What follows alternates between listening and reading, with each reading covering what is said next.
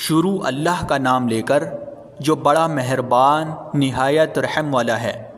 اور ہم نے نوح کو ان کی قوم کے پاس بھیجا تھا، چنانچہ 50 کم 1000 سال تک وہ ان کے درمیان رہے۔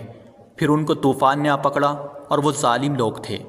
پھر ہم نے نوح کو اور کشتی والوں کو بچا لیا، اور ہم نے اس کو دنیا جہاں والوں کے لیے ایک عبرت بنا دیا۔ اور ہم نے ابراہیم کو بھیجا جبکہ انہوں نے اپنی قوم سے کہا تھا کہ اللہ کی عبادت کرو اور اس سے ڈرو، یہی بات تمہارے لیے بہتر ہے اگر تم سمجھ سے کام لو۔ جو کچھ تم کرتے ہو وہ یہ ہے کہ اللہ کو چھوڑ کر تم بتوں کو پوجتے ہو اور جھوٹی باتیں کرتے ہو۔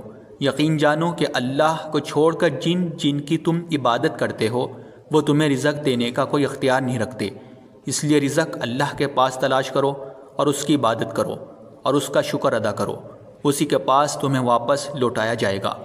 اور اگر تم مجھے جھٹلا رہے ہو تو تم سے پہلے بہت سی قومیں جھٹلانے کی روش اختیار کر چکی ہے، اور رسول پر اس کے سوا کوئی ذمہ داری نہیں ہوتی کہ وہ صاف صاف بات پہنچا دے۔ بھلا کیا ان لوگوں نے یہ نہیں دیکھا کہ اللہ کس طرح مخلوق کو شروع میں پیدا کرتا ہے، پھر وہی اسے دوبارہ پیدا کرے گا؟ یہ کام تو اللہ کے لیے بہت آسان ہے۔ کہو کہ ذرا زمین میں چل پھر کر دیکھو کہ اللہ نے کس طرح مخلوق کو شروع میں پیدا کیا، پھر اللہ ہی آخرت والی مخلوق کو بھی اٹھا کھڑا کرے گا۔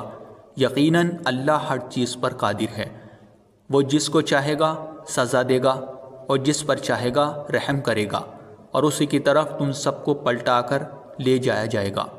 اور تم نہ زمین میں اللہ کو عاجز کر سکتے ہو اور نہ آسمان میں، اور اللہ کے سوا تمہارا نہ کوئی رکھوالا ہے اور نہ کوئی مددگار۔